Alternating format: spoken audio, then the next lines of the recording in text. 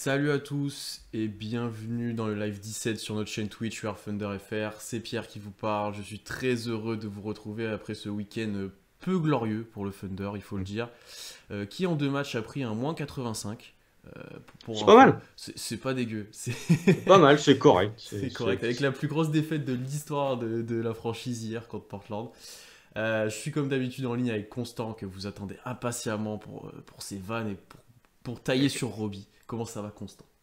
Bah, ça va, bonjour à tous en ce dimanche de Pâques. Effectivement, j'ai quelques vannes sur Robbie, hein, mais bon, c'est plus des vannes de dépressif, on va dire, parce que on en reparlera après, mais le niveau de Robbie, c'est quand même quelque chose. Mais très heureux de vous retrouver pour ce nouveau live. Alors que le hashtag Robbie out commence déjà dans le chat, c'est incroyable. Allez, ça commence. Aujourd'hui, on va pas directement parler des dernières performances du Thunder, qui reste du coup sur 5 défaites en 6 matchs. Le tank est bien lancé, cette fois c'est parti. Ah là, il est parti. On va plutôt s'intéresser aux joueurs qui composent notre effectif actuellement et se placer à l'instant T sur leur futur au sein de l'équipe. En gros, pour chaque joueur constant, on va débattre sur le fait qu'ils seront ou non une pièce du futur de la franchise. Alors, Mm. pour faire ça un peu plus précisément et que ce soit plus clair, on a défini 4 catégories. Les premiers, c'est des keepers sur le long terme. Donc, en gros, c'est des pièces essentielles qui seront dans la prochaine bonne équipe du Thunder. J'ai envie de dire comme ça. Ouais, dans Ensuite, les keepers plutôt sur le court terme. Ça, c'est ceux qui seront là, on va dire, l'année prochaine et un peu plus si affinité, si ça se passe bien. entre 1 et 2 ans, quoi. Voilà. Les joueurs en attente, ça c'est ceux sur lesquels on a un peu de mal à se placer, qu'on est encore en train de tester, qui sont plutôt des paris et qui pourraient devenir des keepers ou alors justement la dernière catégorie des non-keepers et c'est un peu les one-shot. C'est ceux qu'on se lasse déjà de voir sur le terrain et où on sait qu'une saison c'est suffisant. On n'a pas envie d'en voir plus. Donc Constant, on va commencer tout de suite par les keepers. Ouais.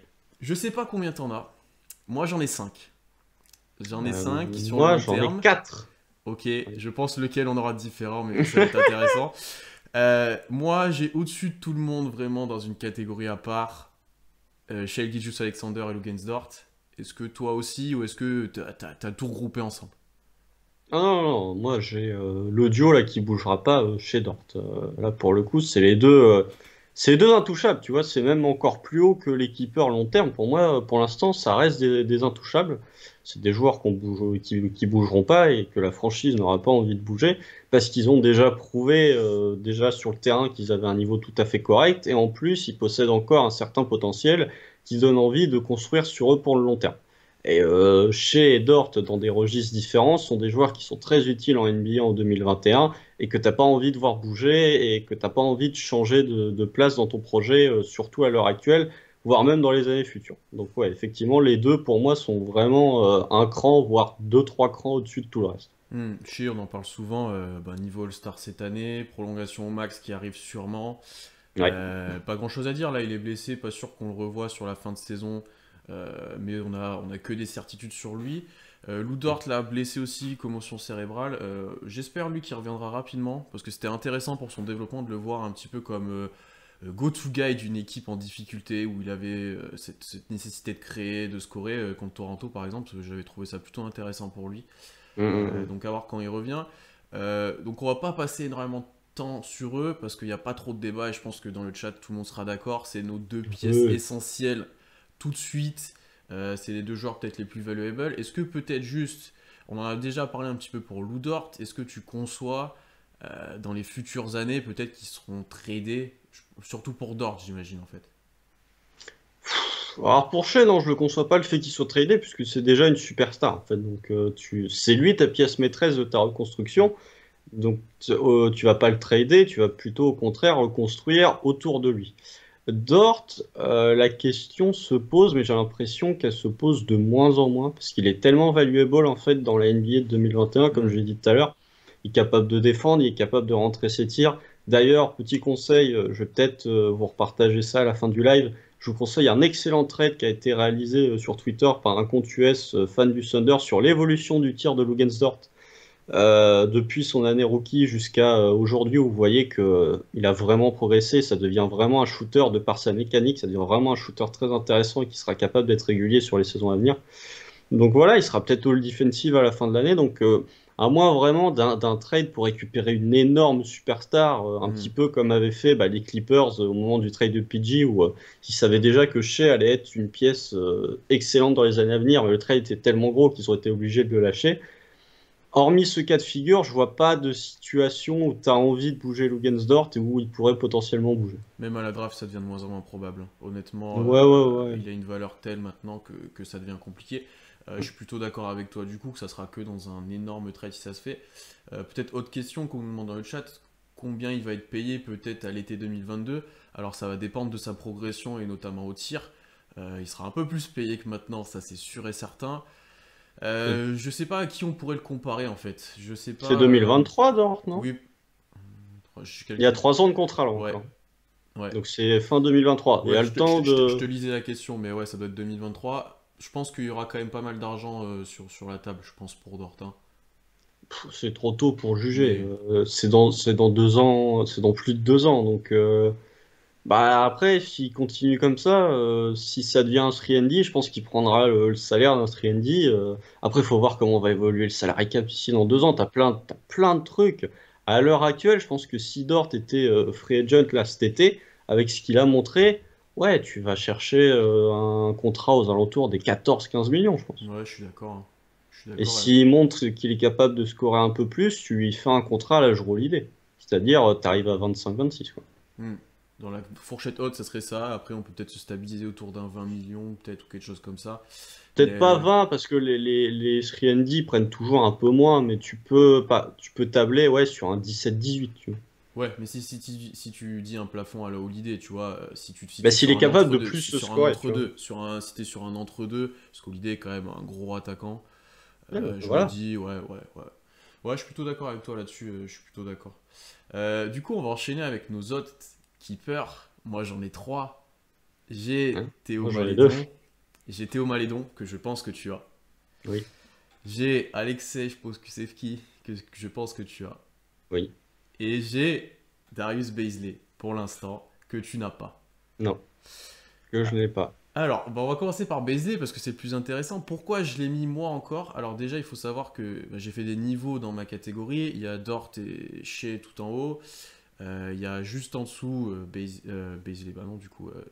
Bah, Théo si, et, tu peux, Théo et hein. Poku. Et en dessous encore, il y a Baisley qui est pas loin de la catégorie en dessous. Je l'ai gardé parce que il reste très très jeune. Sûrement plus jeune que la majorité des prospects qui vont se présenter à la future draft d'ailleurs. Donc, potentiel encore très fort. On l'a vu par Flash, on a vu pas mal de choses intéressantes de lui. Il est déjà. Il apporte déjà des certitudes défensivement, j'ai envie de dire. On sait ça que pratiquement presque toute sa carrière, ça pourrait être intéressant, il pourrait être un apport de ce côté-là du terrain. Et si vous en doutez, regardez actuellement la défense du Thunder, et notamment dans la raquette. Alors certes, il manque aussi Horford, mais juste quand il n'y avait plus Baisley, ça se voyait un petit peu. Ah oui. Et voilà, des flashs offensifs qui, dans un environnement qui lui est un peu plus favorable ou quand il est un peu plus en confiance que ces derniers temps, euh, pourrait être, pourrait être intéressant. Donc, de par son potentiel, de par le pari que le Thunder a fait avec lui et comment il le développe là depuis son arrivée dans l'effectif, je l'ai pour l'instant dans les keepers long terme. Par contre, parmi tous ceux que j'ai cités, c'est celui qui est le plus bas et c'est celui qui est le plus potentiel tradable. Je le vois déjà un peu passer dans le chat. Lui, pour le coup, c'est un peu plus une pièce movible que les autres, je trouve, notamment à la draft ou dans un autre trade pour un joueur supérieur. Donc c'est lui que pour moi pourrait changer de catégorie. Mais ouais, je l'ai encore quand même. Je suis pas assez bas sur lui pour l'enlever de cette catégorie-là. Moi, c'est pas une question d'être bas sur lui, c'est je me pose la question de sa complémentarité avec le reste de l'effectif. C'est vrai. On en a déjà parlé. C'est vrai que c'est une grosse interrogation aussi. Ouais. Et je me pose aussi la question de savoir qu'est-ce que tu vas faire d'un poste 4 dans le registre de Baisley, sachant que tu auras probablement Shea et Dort qui seront des titulaires pendant de longues années au poste 2 et au poste 3. Je trouve que les trois sont pas spécialement complémentaires. Autant Dort et Baisley, je peux voir une complémentarité, surtout défensivement. Autant chez Baisley, j'ai du mal à voir les deux s'exprimer en même temps sur le parquet offensivement. Il faut que Baisley arrive à mettre ses tirs en spot-up en fait. C'est qu'on arrête de prospecter de la création, etc. Et que ça soit un mec qui soit utilisé pour moi des fois balle en main, mais plutôt sur du short roll une fois qu'il a posé un écran. Mhm. Majoritairement spot-up où il peut sanctionner par drive, mais il faut arrêter d'essayer de lui croire un destin où il jouera des pick and roll balle en main. Que pour moi c'est pas viable en fait. Je vois déjà beaucoup plus Poku le faire, il le fait déjà beaucoup mieux que lui. Donc pour moi c'est pas viable. Une chose intéressante au niveau de sa complémentarité aussi, j'en ai parlé l'autre fois sur Twitter avec peut-être quelqu'un qui est dans le chat d'ailleurs. Ça peut être intéressant de voir comment il peut évoluer aux côtés de Poku, s'ils arrivent à être 3-4 avec un 5 ou s'ils peuvent être 4-5. Ça c'est quelque chose que j'aurais aimé voir tester un peu plus là, sur la fin de saison et on nous l'a demandé dans le chat, je sais pas du tout quand il va revenir et s'il va revenir cette saison d'ailleurs, ça a l'air plutôt compliqué sa blessure à l'épaule. On veut pas Mhm. qu'il fasse une Fultz non plus, donc on va prendre le temps. Je sais pas, ouais, qu'est-ce que tu as d'autre à rajouter sur lui? Non, bah, et il y a aussi, il se pose la question aussi, tu vois, je suis dans l'attente parce que il y a la draft qui arrive. Ouais. Typiquement, hein, autant Shea et Dort sont des joueurs long terme. On parlera de Maledon tout à l'heure. Moi, je vois un rôle différent de celui qu'il a actuellement. Mais il y a la draft qui arrive enfin, il y a la draft qui arrive pour OKC au mois de juin, au mois de juillet. Et je trouve qu'en fait, Bazley est un 4 que tu peux remplacer. Et je sais pas si c'est vraiment le profil de 4 que j'ai envie d'avoir dans mon équipe pour le futur. J'ai plutôt envie d'avoir un 3 que tu peux décaler en 4 Hmm. plutôt qu'un 4 que tu peux décaler en 5. Ça, je suis d'accord avec toi. C'est pour ça que pour moi, s'il arrive à jouer 5 un petit peu, il deviendra beaucoup plus intéressant déjà. Parce que Oui. uniquement 4 tu perds beaucoup de valeur et c'est quelque chose Il qui n'a se pas perd le un petit peu. handle pour jouer 4 quand tu vois la majorité des 4 en NBA Ce sont des actuellement ailiers, ouais. sont des ailiers. Tu regardes à Utah, le 4 c'est Hmm. Bogdanovic qui est un ailier. Tu regardes à Phoenix, le 4 c'est Jay Crowder qui est un ailier.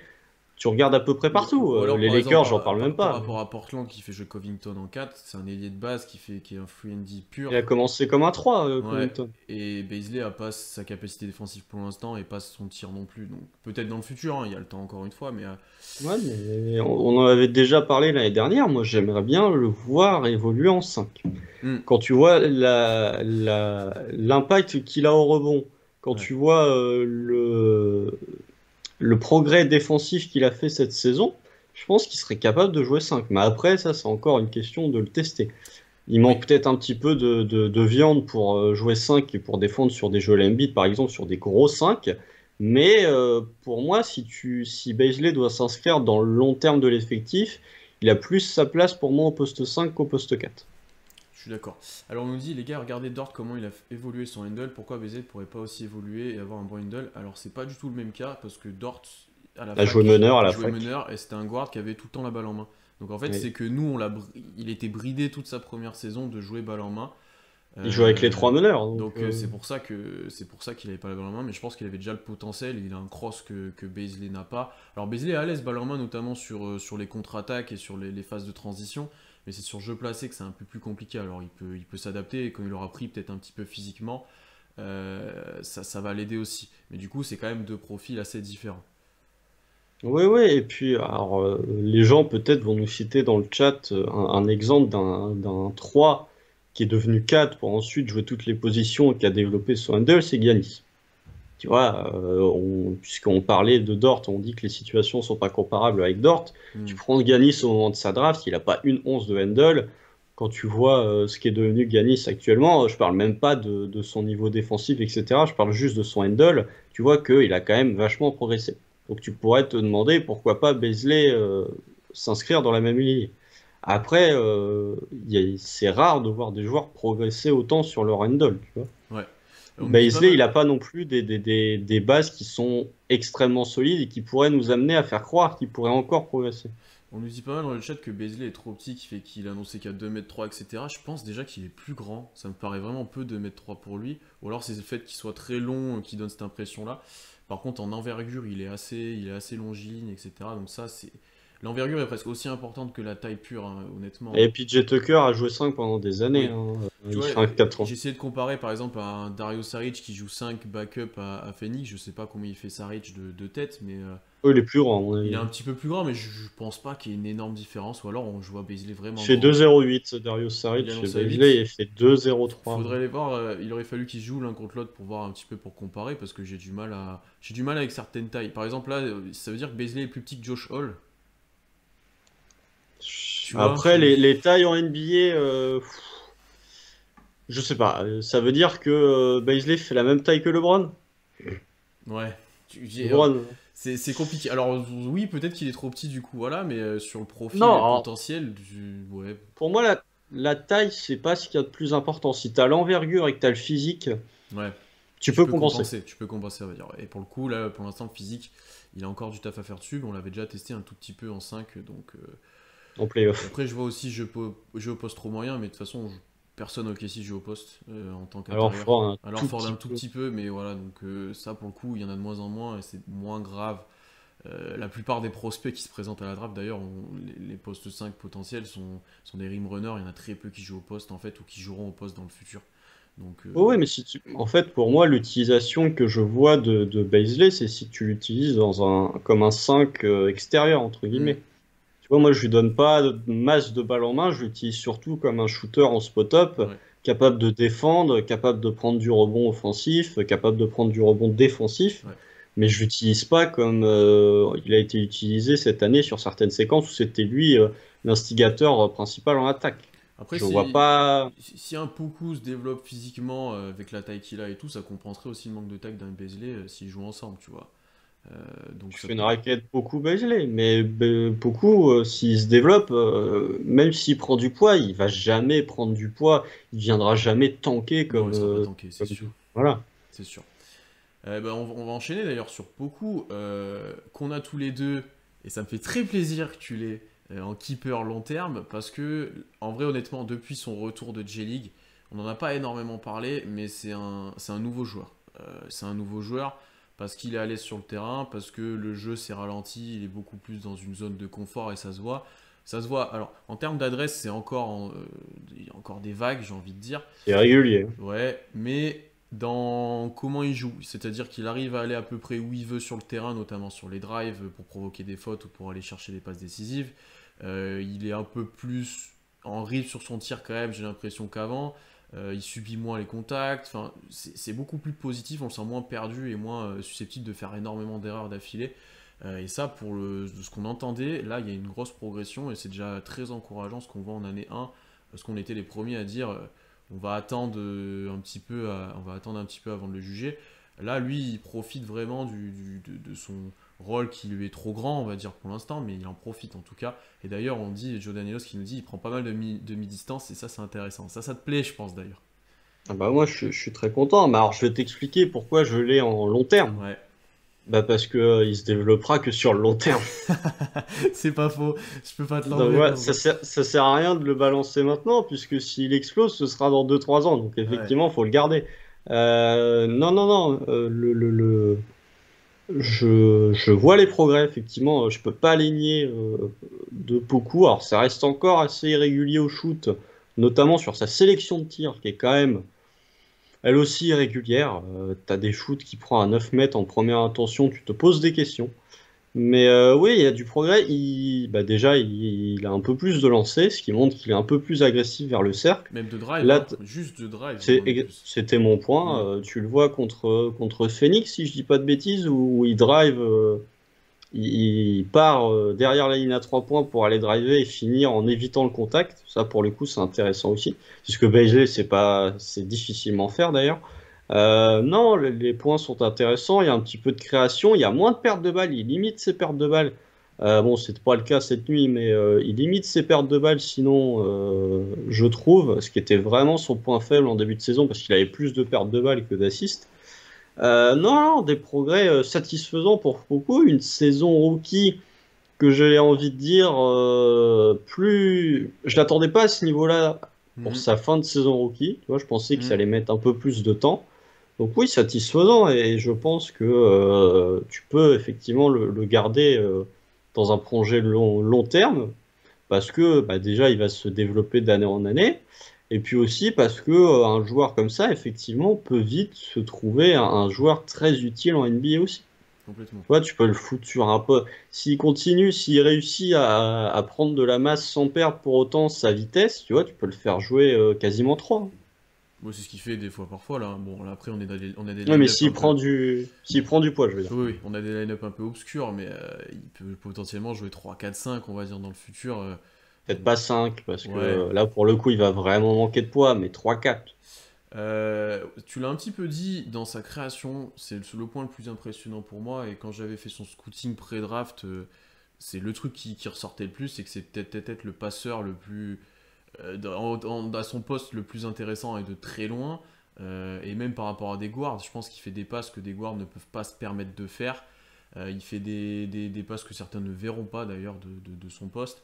Là, j'en pense à une qui fait hier, je crois, contre Portland pour Tony Portland. Bradley, là, derrière la tête, Mm. par-dessus la défense. Il n'y a pas grand monde qui peut la sortir celle-là parce qu'il faut la taille, il faut la vision de jeu pour le faire. Ça, c'est vraiment le point intéressant pour lui. Et après, c'est Après, il son. se permet de faire les passes aussi, hein. Ouais, Parce que tu parles c'est. là du fait que les meneurs, t'as des meneurs qui vont peut-être hésiter à faire la Ouais. passe, alors que lui, pour le coup, Il je pense que Il se pose pas pas de de problème questions. de confiance Ah pour ouais, il lui, se hein. pose jamais de questions, il a carte blanche, il fait des erreurs, c'est pas grave. Pareil, pas un petit peu pour les tirs des fois. Ah non, là-dessus, je suis d'accord avec toi. Tu vois, Euh, là où Baisley a des gros problèmes, je pense, de confiance et de mise en route, lui, hmm. je pense que Baisley est un joueur qui marche beaucoup à la confiance, comme plein d'autres joueurs en NBA. Je pense que Poku, lui, pour le coup, même s'il est affreux, le match d'après, il y retourne, quoi. Ouais.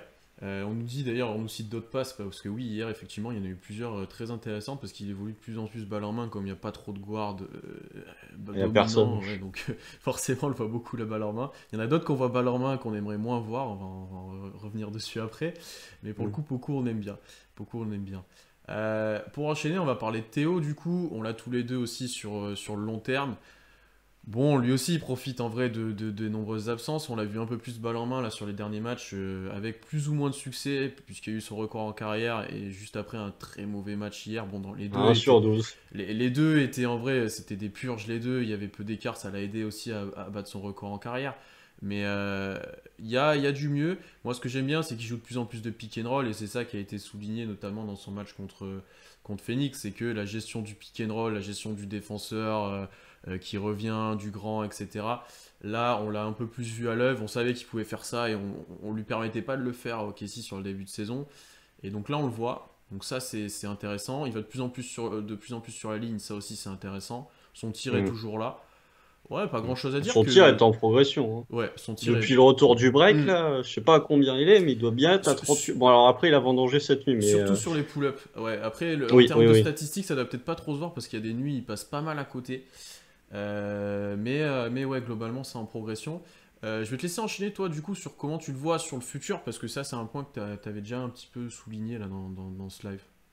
Oui, bah tout à fait. Alors, effectivement, moi, Malédon, mais j'en ai déjà parlé plein de fois quand on a évoqué Malédon durant ces lives. Pour moi, son profil, du fait que ce soit un meneur de jeu, il peut pas. Il a 40% à 3 points depuis le retour du break. Voilà, c'était ça que je cherchais. Ce qui est quand même vachement bien quand tu as C'est pas mal. 40% à 3 points. C'est pas mal, surtout quand tu fais des purges. Mais ouais, pour moi, son futur, c'est George Hill en fait. C'était déjà la compa avant sa draft. Pour moi, il a un vrai futur à George Hill. Alors peut-être, tu vois, un joueur limite que tu as envie de garder en tant que titulaire. Tu vois, on est dans une NBA aussi qui se transforme au niveau des sixième hommes, Hmm. où t'as certaines équipes, je pense à Utah notamment, qui font en sorte que tu gardes entre guillemets quelques joueurs en spot-up dans ton 5 majeur pour vraiment laisser libre cours à un autre créateur en sortie de banc. Ce qu'on a fait l'année dernière aussi avec Dennis Schroeder. Donc je me dis que Malédon, peut-être dans ce cas de figure de transformation d'un joueur qui n'a pas forcément besoin d'avoir tout le temps la balle en main, si tu te retrouves déjà avec des gros ball handlers dans ton équipe, tu as peut-être plutôt envie de le garder en fait. Hmm. Donc c'est peut-être ce cas de figure où effectivement il peut rester titulaire dans le futur. Toujours est-il que même si c'est pas le cas, ce sera un joueur qui sera extrêmement utile. Je pense que lui, pour le coup, il peut faire 15 ans en NBA parce que bah, déjà, il repose pas tout sur son physique. Il y a une intelligence de jeu qui est quand même assez importante. Vraiment, regardez le match contre Phoenix. Tu as parlé du pick and roll. Alors après, les pick and roll contre Phoenix, c'est souvent pour avoir un switch et se retrouver sur un autre défenseur, donc ça reste quand même à relativiser. Après, moi, il me fait vraiment penser sur certaines actions à Georgie, sur d'autres, il y a vraiment de la malice à la Chris Paul, hein, je suis désolé, mais il y a des provocations de lancer où vraiment j'ai l'impression de voir un joueur avec un QI basket très élevé alors qu'il a moins de 20 ans, hein, puisqu'on on a parlé de Poku juste avant, faut pas oublier que les deux ont moins de 20 ans. ils vont probablement être plus jeunes en année 2 que certains rookies qui vont être draftés cette année. Donc ça reste des joueurs sur qui tu peux Mm. espérer pour le futur. Et quand tu vois le niveau de Malédon de QI Basket à 19 ans, tu te dis oui, c'est un joueur que j'ai envie d'avoir dans le futur, que ce soit en sortie de banc ou que ce soit en tant que meneur un peu spot-up, capable de créer de temps en temps. Oui, j'ai envie de le garder pour les années à venir. Pas grand chose à ajouter là-dessus. Peut-être sur la création. Bon, là, pour l'instant, il a un rôle qui est trop grand pour lui, où il est presque unique créateur par moment sur le terrain, où il a presque beaucoup de ballons et tout. Alors, contre Phoenix, où il met tout dedans, ça marche plus ou moins, mais après, des fois, ça le met en difficulté, où il va perdre des ballons parce que ça reste un rookie. Et puis, vu qu'il y a autour, tu perds des ballons. Euh, Donc là-dessus, je te rejoins plutôt. Il y a un potentiel. Au moins George Hill, peut-être plus. Parce que comme tu as dit, il est très jeune. Jusqu'où il va aller, je pense que c'est quelqu'un avec une éthique de Je travail. pense pas qu'il a un plafond si élevé. Non, je Très suis d'accord avec honnêtement. toi. Ce sera pas une superstar NBA. Ça, je pense Je qu'on vois est. dans le chat Malcolm Brogdon, je pense pas qu'il sera au Ouais. niveau. Déjà, il aura pas la création de Brogdon parce que Brogdon c'est quand même un Le... joueur. Ni le scoring, hein, parce que tu vois, c'est complet, Le Brogdon. scoring, non, parce que Brogdon il met sa vingtaine de points. Oui, mais Mais non, mais tu plus vois un Théo tourner une registre. vingtaine de points par match, toi, un joueur NBA? Non, non, mais après, je veux pas inventer ce que les gens voulaient dire dans le chat, mais peut-être un Brogdon époque Milwaukee. Tu Ouais, vois, où il est pas à sa vingtaine de points, mais par contre, il est en 50, 40, 90. ouais. Ça, c'est intéressant. Donc, Ouais, ça, je suis d'accord. dans ce registre-là. Hmm. Donc peut-être, tu vois, un tout petit peu plus qu'un George Hill. Après, défensivement, c'est correct. Ouais, c'est déjà un joueur de basket accompli. Et jusqu'où il va aller maintenant, c'est la question. Mais là, lui aussi, il profite largement du temps de jeu qui lui est accordé. Alors, on aimerait le voir avec des joueurs un peu plus compétents autour. Enfin, ça se voit tout de suite hein, quand tu peux évoluer avec un intérieur qui met dedans. Déjà, ça aide grandement. Quand tu as des shooters autour de toi ou des joueurs capables de te suppléer, ça l'aide grandement aussi. Donc, ouais, il faut trouver un juste milieu où là où c'est un peu too much pour lui, je pense, et du coup, il se met dans des positions des fois défavorables où il subit un petit peu. Il subit un petit peu. Et oui, George Hill Prime, c'est solide. Hein. George Hill Indiana ou George Hill Spurs, c'est solide. Hein. Alors qu'on a parlé il y a 10 minutes de Jrue Holiday, il a signé une prolongation au max pour 4 ans, là, il y a 2 secondes. Ah, ok. Bon, bah alors du coup, Dort prendra pas le Alors, on max. prendra pas.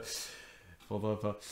Mais Il y avait une ouais. question sur Malédon. Est-ce qu'il sera dans les All Rookie Team? Je ne pense pas parce Et que je me posais la question. bah, Je t'avoue la Melo qu'hier, je me Haliburton posais la question. Edwards déjà. Donc Oh, mais il y en a deux après.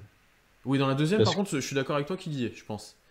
en dehors des trois Hmm. monstres, là, il y a qui? Il y a Quickly. Ouais. Qui fait un peu moins parler Et de lui maintenant, en plus. oui, mais quand même, Oui, mais qui je pense que sera. statistiquement, il reste au-dessus. Qui sera. Et tu vois, et encore, Il Edward, y a est-ce qu'il Kira considère Lewis comme qui un joueur? joue, mais ça fait très peu sur l'entièreté de la saison. Et puis, Kira Lewis, il est pas en 10-3-3, hein. Oui. Donc, Il a pas le non. rôle de Malédon non plus, mais on est d'accord. Bah non, mais Je réfléchis à qui y aurait sur les postes de guard. Maxi joue pas assez. ah, Maxi, bah, il joue plus là, mais pourquoi pas, hein, Hmm. quand même, hein. Bah, après, il a des moins bonnes stats que Malédon, hein. Malédon, il est en 9-3-3, Maxi, il est en 7-1-1. Ouais. Alors, tu Non, vois, peut-être, hein. attends, En vrai, peut-être, il y a moyen dans la deuxième. Euh, Vassell, Ouais, mais c'est un grand. Enfin, c'est un. bah, ils vont peut-être te le foutre en deux, hein, on sait pas, S'ils hein. sont capables. Non, en Tate, dehors. ouais, Tate, mais c'est un plus grand aussi. Et franchement, Non, c'est un 3, Tate. oui, s'il est plus grand qu'il poste plus élevé. Et puis franchement, Tate, c'est bon, ça fait pas gagner. Pritchard? Pritchard, ouais, pas mal. Mais ouais, je mets Malédon devant. Non, Malédon y est pour moi. Ouais, Cole honnêtement, hein. Anthony, Cole Anthony. Qui avait pas Mais beaucoup après, il a joué. joué que Il a pas 25 beaucoup matchs, joué. mais Et qui était ouais, pas. mais au niveau des stats, bah, il est quand même en 11-4-4, hein, Il a mais, staté. Ouais, mais enfin, dans l'impression, je suis pas oh, sûr si, qu'il quand soit en même. dessous. Bon, bref, il sera peut-être. Ce Hmm. sera pas honteux s'il y est pas, en tout Et cas. de ce que je vois aussi, il sera peut-être au JO. Peut-être, hein. Il y a une place à prendre. Oui, enfin, les JO, on en reparlera s'ils ont lieu déjà. On a fini sur du coup nos keepers long terme. On refera le débrief après de qui on a. Et on va partir sur les keepers moyen terme, court terme, c'est-à-dire sur 1 ou 2 ans. Combien tu as. Voire 3. Voire 3 si tu veux. Combien tu as de joueurs dans cette liste constant? Bah, 3. J'en ai 3. J'en ai que 2. Je vois lesquels t'as, moi j'en ai rajouté un. Qui tu as du coup? J'ai ce bon vieux Kenrich. Ouais, moi aussi. que j'ai vu des gens dire dans le chat pourquoi vous l'avez pas en Ouais. long terme, parce que pour moi, long terme, c'est 3 ans ou plus. Et il est plus Donc, vieux, et du coup, tu peux il te a douter 26 qu'à un ans, moment, à la fin de son prochain contrat, il sera peut-être pas conservé. donc voilà. J'ai ce bon vieux Taijiro. Je l'ai aussi. Ah ben voilà. Et j'ai rajouté, parce que ce que je vois pour l'instant, c'est peut-être un petit peu un reach, hein, mais c'est pas grave. J'ai mis Tony Bradley. Ah, je pensais que t'allais me dire que t'avais Miss V. Non, j'ai mis Tony Bradley. Ok, moi du coup j'ai que Jérôme et Kenrich et j'hésitais à mettre V parce que j'ai pas assez vu de Bradley, on reviendra ensuite là-dessus, mais je l'ai en dessous. Donc par rapport à Kenrich Williams, alors déjà moi je fais un mea culpa sur les premiers lives, premiers podcasts où je pense que tous Bah les deux, alors? ah mais tous Non, les, toi non, non plus non. tu l'avais pas dans ta rotation et Non, je l'avais pas dans ma rotation, mais merci. si tu te rappelles, quand on a parlé de Kenrich Williams avant que la saison débute, Ah mais oui, j'ai été l'un des seuls à dire que j'avais beaucoup aimé sa mais première par année contre, à New et Orleans. on avait dit tous les deux que s'il y avait un joueur à garder dans le trade d'Adam, c'était lui. C'était lui le Oui, plus intéressant. Ça, par contre, on l'avait quand même dit. et Georgie. Mais Ouais. je fais quand même un meilleur coup de pas où il était pas dans nos rotations. On le voyait, on voulait pas spécialement le voir. D'ailleurs, sur les premiers matchs, je me souviens bien, c'était pas fameux, c'était pas le Williams qu'on a maintenant. Et là, honnêtement, c'est un des joueurs les plus précieux de l'effectif et de très très loin, et peut-être le plus régulier de l'effectif si on enlève Shea, je pense. Que ce soit en termes d'efficacité, d'impact, de... C'est-à-dire que là, il y a moins 50 il y a un moment, et ben il fait son jeu, il est efficace et c'est propre en fait. Donc, donc je fais un petit mea culpa sur Kenrich qui est un role player parfait, et franchement quand je le vois je me dis mais il y a des équipes qui devraient envoyer des trucs pour l'avoir en complément de leur star quoi, c'est vraiment... Ah bah il est utile hein, dans une Ouais. équipe NBA. Ah bah oui, oui, non, mais alors ça je suis totalement d'accord. Kenrich, pour le coup, je le vois pas dans le futur parce que c'est un role player. C'est un role player plus plus si vous voulez, mais ce Mm. sera jamais autre chose qu'un role player. Mais là, ce qu'il fait là, c'est quand même très intéressant. Et je trouve que tu peux pas en fait, tu peux pas ne pas avoir ce genre de joueur dans ton équipe. Alors effectivement, Presti nous a un peu devancé du coup en dans Diallo parce que quand il a vu Kenrich Williams, il s'est dit bon, j'ai déjà un energizer dans l'équipe, mais je pense que Kenrich c'est plus qu'un energizer. Quand tu vois qu'il est capable de rentrer ses tirs, il est capable. Moi aussi, hein, j'avais quand même dit à un moment que Kenrich n'avait pas le handle d'un ailier. Je pense que là aussi, je me suis trompé, tu Ouais, il vois, a un parce sacré que handle, hein. En fait, ah, il a un jeu. il nous a surpris offensivement parce que, et je vois ça dans le chat, au Pélican, il mettait pas dedans, il avait peu de ballons, etc. Et là, c'est un joueur accompli, j'ai presque envie de dire, et La prêt. deuxième année, il met pas dedans. La première, quand t'as Anthony Davis qui fait Ouais. sa pleureuse, là, vraiment, c'était vraiment le passage que j'avais beaucoup aimé chez Kenrich. Mhm. Là où sa saison 2 du coup, m'avait déçu, et quand on l'avait récupéré, j'étais mi-figue, mi-raisin, et je l'avais pas mis dans ma rotation. Mais vraiment, sa première année m'avait satisfait. Donc voilà, c'est un joueur qu'on a bien fait de pas lâcher à la deadline, Ouais. parce que lui aussi rentre enfin lui est prévu pour rentrer dans les plans de la franchise pendant plusieurs années. Son contrat là aussi est très intéressant. C'est un contrat quand même qui a été signé juste pour rentrer dans le cadre du trade de Steven Adams, hein, Incroyable. faut pas l'oublier. Donc ouais, tu récupères un joueur très intéressant, et pour moi un joueur qui, en sortie de banc, va prendre des minutes et va toujours t'apporter quelque chose de Mm. positif. Quelques paniers, de la défense, du hustle, etc. D'ailleurs, je pense que Degnaud le fait pas jouer tant que ça parce qu'il sait déjà qu'en fait, tu as des certitudes sur lui et que t'as pas besoin de le tester en fait, tu sais déjà. Ah bah moi, alors, heureusement qu'on tank, hein, parce que sinon la Ah oui, propagande pour la raquette Kenrich Bradley titulaire, ça ferait longtemps ça, qu'elle serait lancée. je suis d'accord avec toi que dans le tanking, en fait, c'est pas très utile de le mettre longtemps sur le terrain.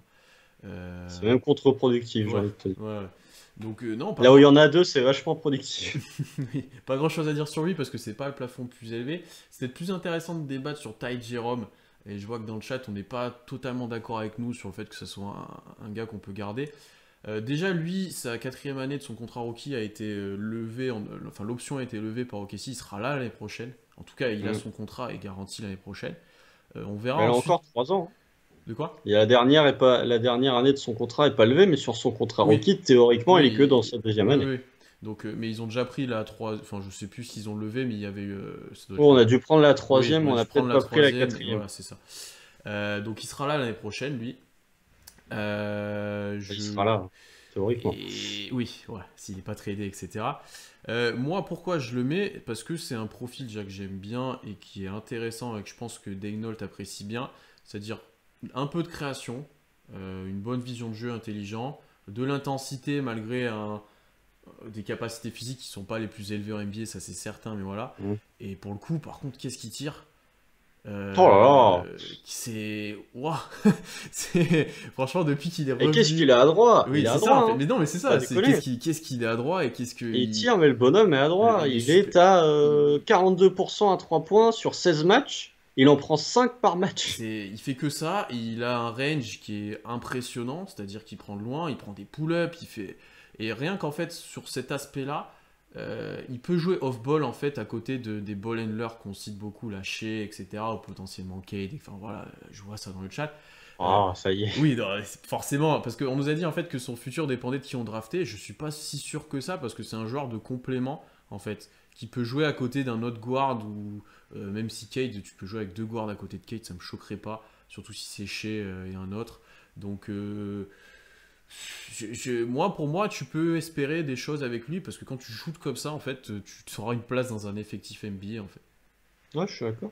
Je suis d'accord. Alors, je vois ce que les gens veulent dire quand ils disent que son avenir dépendra de la Mhm, draft. mhm. Effectivement, si tu draftes Mobley ou si tu draftes Green, c'est pas la même chose. Effectivement, on est d'accord. Ouais. Parce que si tu prends un extérieur, bon, bah, ça décale Malédon sur le banc. Là où si tu prends Mobley, par exemple, bon, bah, tu peux continuer de garder Malédon titulaire, avoir Ty Jerome en sortie de banc. Mhm. Non, moi je trouve, alors, pourtant, c'était pas un joueur en qui j'avais d'énormes espérances, mais il est peut-être dans mon top 3 de mes joueurs préférés au OKC actuellement, parce qu'il est trop fun. Pour le Mhm. coup, il est vraiment trop fun. Comparé à un Ukrainien qui se prend pour Klay Thompson, lui, pour le coup, t'as Jérôme, il a feu vert pour tirer, et non seulement il a feu vert pour tirer, mais il rentre ses tirs. Mhm. Donc vraiment, il est capable de faire des passes aussi, hein, parce que il tourne quasiment à 4 à 6 par match, sachant que c'est pas son rôle principal en plus. Donc voilà, je trouve que l'association avec Malédon, elle fonctionne vraiment bien. Lui aussi, il y a du QI basket, hein, mine de rien. On ne sera jamais un grand défenseur, mais ouais, c'est un joueur que j'ai envie dans le futur, comme Kedrich Williams, d'avoir durant une quinzaine de minutes sur le parquet. Mhm. Parce que lui, il va te rentrer deux trois tirs en spot-up, il va te faire une ou deux passes. Je pense que c'est un joueur qui C'est en un bon plus, il joueur de coûtera banc. pas cher. Ouais, c'est un bon joueur devant. C'est un joueur utile. C'est un joueur Le vraiment utile. backup meneur classique, j'ai envie de dire. Ouais, ou tu peux même le faire jouer un peu arrière si tu Ouais, veux, mais ouais. On avait parlé d'ailleurs de ça dans notre podcast preview avec Alex de Trash Talk et Sun Zephyr où c'était son tir qui allait faire découler sa carrière ensuite en fait. Parce que s'il ouais. met dedans, ça lui ouvre aussi des espaces, ça lui ouvre plein de choses. Donc Bah là, il forcément, met ça dedans. dépendait de ça. Donc là, il met dedans, du coup, il est bon. Et en plus, pour moi, un de ses principaux défauts en attaque, où il en a peu, comme tu as dit, avec son intelligence, sa création, c'est qu'il a du mal en termes de vitesse à sanctionner les switches sur les pick and roll quand il y a un grand qui se retrouve sur lui. C'est assez dur pour lui d'aller driver et de finir sur le grand. Et du coup, quand tu te mets à mettre de loin dedans, les mecs vont sortir de plus en plus et lui, ça va l'aider grandement en fait. Donc, Mhm. s'il continue de shooter comme ça, en fait, il va être intéressant sur pas mal de temps. Et c'est intéressant de l'avoir dans l'effectif en complément des autres joueurs. C'est pas un mec, un peu comme Kenrich Williams, c'est pas un mec sur qui tu savais être ta star, ça va être une rotation, si un jour tu vas très loin en playoff, etc. C'est pas ça, mais ça sera un joueur Non, comme utile. Malédon, hein. Ouais. Bon, Malédon un peu plus quand même, mais lui, ce sera un joueur utile. Ah ouais, ouais, clairement, clairement. Hmm. Du coup, enchaîne sur Tony Bradley, que moi j'ai dans la catégorie en dessous, je suis en attente. Toi, tu l'as déjà dans un peu plus que ça, dans quelques années à OKC. Oui, parce que alors après, monsieur est free agent, donc ça, à cet été, donc ça va être compliqué. Mais je trouve que ce qu'on voit de Tony Bradley, c'est quand même très satisfaisant. Ce qu'on a vu là contre Portland, là où il est quasiment en double-double, il a du toucher, Hmm. il est capable de rouler, hein, contrairement à d'autres pivots dont on parlera après. Il est capable de rouler. Je trouve que de match en match, lui aussi, on a parlé en conf de presse, il progresse, il est meilleur de match en match avec l'effectif. Limite, j'aimerais le voir. Alors c'est pour ça que je dis que c'est un peu un reach et je pense que c'est aussi pour ça que toi, tu l'as pas mis dans ma catégorie. J'aimerais voir plus de minutes. Lui, pour le coup, j'aimerais vraiment le voir en tant que titulaire avec sa bonne trentaine de minutes pour voir ce qu'il est capable de faire, vraiment. Parce que si on est dans une phase de test, t'as testé Moses Brown, mais du coup, tu peux peut-être aussi tester Tony Bradley. Je trouve que c'est un joueur qui va jamais prendre le spotlight, qui va jamais forcer quelque chose. c'est pas un joueur révolutionnaire, mais je trouve que c'est un joueur. Tu vois, si tu as ça en sortie de banc, tout dépend de ton 5, mais si tu as un 5 qui est capable d'écarter, je trouve que dans ta Hmm. complémentarité, avoir un 5 qui a dû toucher près du cercle et qui est capable de rouler, bah, je trouve ça très intéressant. Donc ça me donne envie de voir, tu vois, alors peut-être pas sur 3 ans, mais au moins de voir ce que ça peut donner l'année prochaine pour lui. Bon, pourquoi je l'ai en dessous? C'est juste parce que l'échantillon est trop faible pour moi pour l'instant. Par contre, je te rejoins complètement avec ce que tu as décrit. Je vois un joueur toujours bien placé, toujours les mains Mm. prêtes et prêt à scorer. Alors, il dunk jamais. Par contre, il a l'air, comme tu l'as dit, d'avoir un toucher assez fort. Et du coup, Ouais. t'es serein. Alors, avec n'importe quel autre joueur, je détesterais ces tirs-là, mais lui, en fait, ça a l'air d'être ses tirs, ces petits lay-up Les sans. petits hooks Ouais, là. ces petits hooks. Je détesterais ça, et d'ailleurs, quand je coachais, je détestais quand les joueurs faisaient ça, au mieux de monter vraiment fort, etc. Mais là, lui, il semble serein là-dessus, il roule bien au cercle, comme tu as dit. C'est pas le genre plus athlétique de la NBA, c'est pas un Non, Ernest clairement Noël pas. qui saute partout, c'est dans un autre style plus au sol. Il est très long, donc ça compense ça. Au rebond, en fait, même sans être athlétique, juste en se plaçant bien, en levant les bras, ça lui suffit dans la plupart des cas, même offensivement.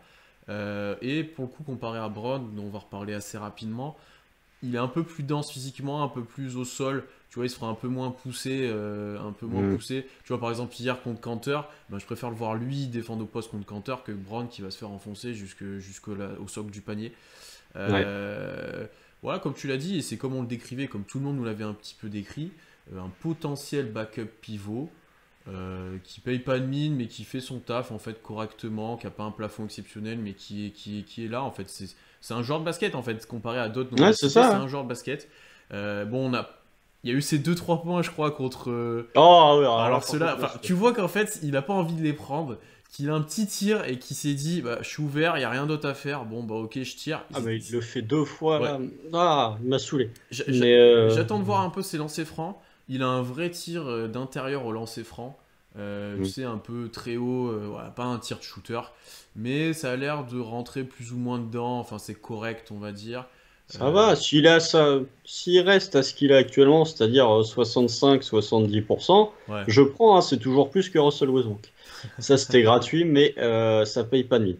Non, mais là, il est à 90% là chez nous, hein, Oui, et j'ai l'impression qu'il n'en avait pas raté beaucoup. Il a pas dû en tirer beaucoup, mais il n'en a pas raté presque il pas. en tente 2 par match, donc il a dû se tirer sa petite 6. dizaine. Ouais, ouais. Donc Donc ouais, voilà. moi il peut, en fait, je l'ai dans la catégorie en dessous en attente, mais de premier avis, il est plus susceptible de monter au-dessus Mm. que de redescendre. Oui, t'attends juste un peu plus. Là, au moins, en 4 matchs, je suis déjà comme les fans de Philly, je suis Comme Joel très. Embiid, on nous l'a dit dans le chat. Bah oui, oui, mais moi, je suis très, très satisfait, entre guillemets. Enfin, j'aime beaucoup le joueur. Parce que c'est des joueurs qui puent le basket, hein, pour le coup. Contrairement à Moses Brown, c'est un joueur qui a de l'intelligence sur un parquet, quoi. Oui, on me dit, et ça fait mal les pics sur Russ, il faut que je défende. Ouais, mais là sur les lancers, je peux pas trop. Ah, les Ça, gars, ça allait un peu mieux ces derniers temps au lancer, mais sur les lancers, je peux pas. Par contre, sur le niveau de jeu global, je peux, parce que mais je critique pas Westbrook est de retour. Mais je je peux critique pas pas le niveau défendre de le jeu. bilan non plus, Je parce que parle juste des Washington est lancers. cata. Ouais, les lancers, c'est dur de le défendre. Puis là, alors le bilan, etc. Bon, là, ça me fait mal au cœur.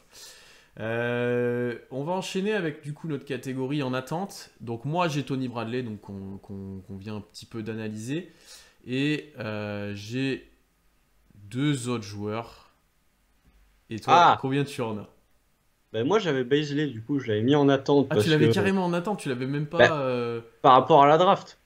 Tu vois, en attente de qui Ouais, tu vas drafter. Si tu veux le mettre dans un package pour monter, tu vois, c'était pas en attente en disant est-ce qu'il s'inscrit dans le projet, c'est juste ouais, s'il faut le bouger, par exemple pour monter à la draft, c'est lui la pièce amovible. ok. Et, Donc voilà, et ensuite, moi j'ai deux autres joueurs. Du coup, moi j'en ai qu'un. j'avais Bradley et du coup j'ai Svi, que je pense J'ai que ce vieux tu as. aussi. Et j'ai Brown, quand même.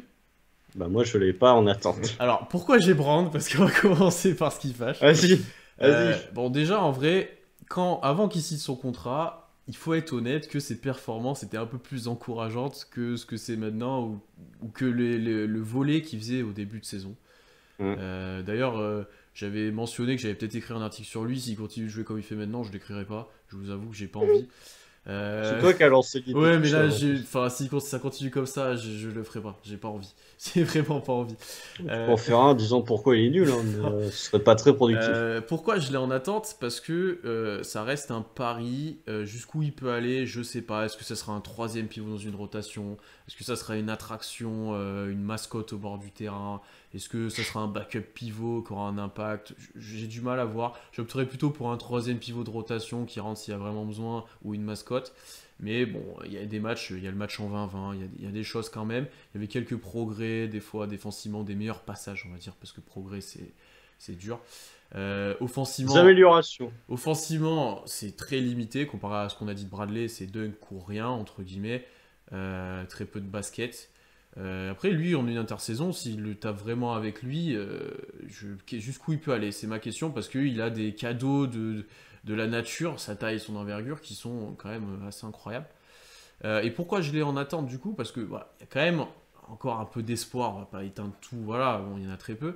Mais par contre, c'est son contrat en fait. C'est quand tu le re-signes 4 ans, que tu garantis 1 an et qu'après tu en fais un peu ce que tu veux. Tu vois, moi je me dis, il va rester dans l'effectif quelques années, qui joue pas en fait, qui, tu vois, ils vont essayer de voir ce qu'il peut donner.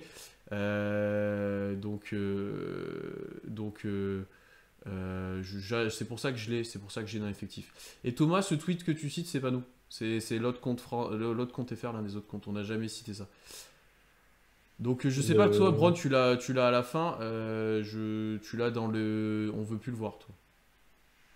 Oh non, non, non, non, voilà, non, non, non, non, non, non, non, non, il a un avenir en CBA. Voilà, en CBA, il sera très bien.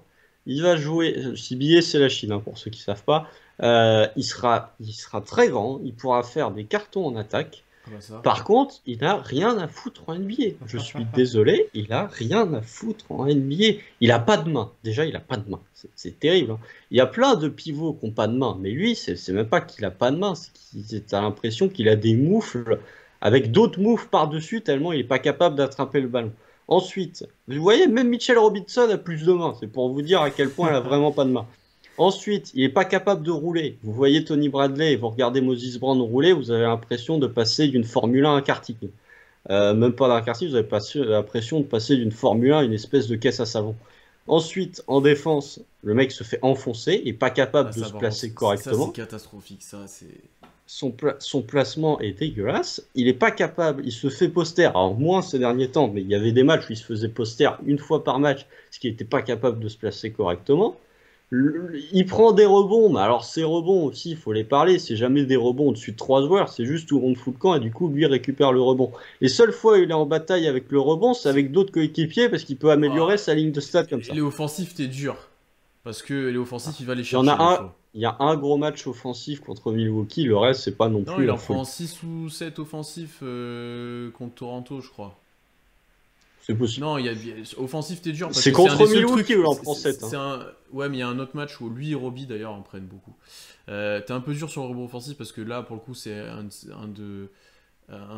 une de ses forces d'ailleurs. Ouais, alors, bon, si vous voulez. Non, j'allais dire que sa force, c'est bah là, il prend 6 rebonds offensifs cette nuit contre Ouais, tu Portland. vois. Après, quand tu shootes à 35%, c'est toujours facile d'avoir des rebonds offensifs. Toujours est-il que moi, le seul point positif que j'allais lui donner, c'est qu'il est pas totalement débile dans le fait qu'il est capable de te foutre une feinte pour que le défenseur saute et ensuite finir. Tu le cites à chaque podcast, si tu veux. Bah parce que faut trouver un point positif, tu vois. Il y a toujours un point positif. Ah non, ça c'est son point positif. Mais par contre, moi je ne veux plus le voir, vraiment. Ou alors tu le sers, tu le mets pour qu'il s'allonge sur un banc, tu le fais rentrer dans le Garbage mais Ouais. sinon non, je veux pas, je vois pas l'utilité. Et pour le coup, En, regardez Tony Bradley jouer, quoi. en- C'est le jour et la nuit. En vrai, je te rejoins sur le fait que moi, je veux pas spécialement l'avoir dans l'effectif sur les prochaines années, etc. Si je l'ai dans le en attente, c'est parce que je me mets un peu à la place du front office du Thunder, qui doit un peu le valoriser quand même pour l'avoir re-signé.